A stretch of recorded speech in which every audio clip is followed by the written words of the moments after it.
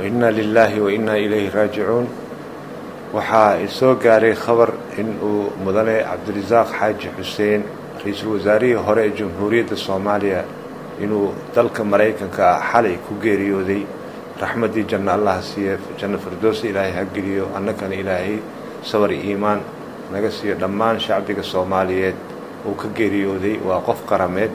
waxaan Allah subxaanahu wa ta'ala uga baryaynaa in jannadii firdawsa uu ka waraabiyo, eheladiisa intuu ka geeriyooday inay samir iyo iimaan ka siiyo. dhammaan shacbiga Soomaaliyeedna ilaahay sabar ha ka siiyo. mudane cabdirasaaq xaaji xuseen Soomaali qof looga warramayo ma jiro. wadaninimadiisa iyo qof qarannimadiisa uu ka soo shaqeeyay iyo doorkii uu ka soo qaatay xoreyntii iyo halgankii isticmaalka laga xoreynayay dalka Soomaaliyeed iyo dadaalku u galay midnimada Soomaaliyeed inay hal calan ku wada noolaato. wadani Soomaali ah aan cidna looga warramaynin oo xaq ah ayuu ahaa.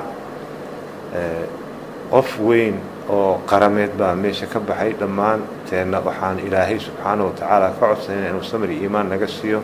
dhalinyarada Soomaaliyeed waxaan ku baraarujinayaa inay raadsadaan taariikhda iyo halganka cabdirasaaq xaaji xuseen, taariikh nololeedkiisa uu soo maray, taasoo ay ka heli doonaan arrimo badan, aad u badan oo lagu daysan karo oo wadaninimada iyo dadnimada iyo dawladnimadaba intaba maaragtaa iyo naftii huranimada oo uu soo maray waa arrin oo ay tusaale u qaadan karaan. arrimo badan ay kaga daysan karaan ayaa jirta.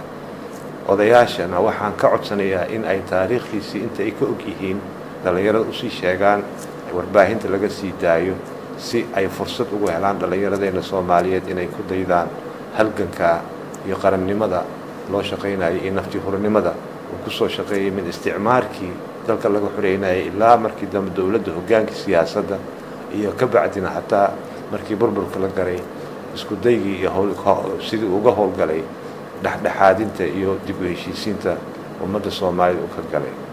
waxaan aad iyo aad ugu baraarujinayaa shacbiga in arrintiisa xusidiisa magaciisii taariikhdiisa xusideeda si fiican loo baahiyo. waxaa hadeertan aan u magacawnay guddi heer qaran ah oo qabanqaabiya aaskiisa, taasoo shacbiga aan la soo socodsiin doono. waxaa guddigaasi hogaaminaya ra'iisul wasaare ku-xigeenka mudane Ridwaan iyo ku-xigeenka koowaad ee golaha shacbiga mudane Jeylaani iyo Garnuur ayaa hogaamin doono.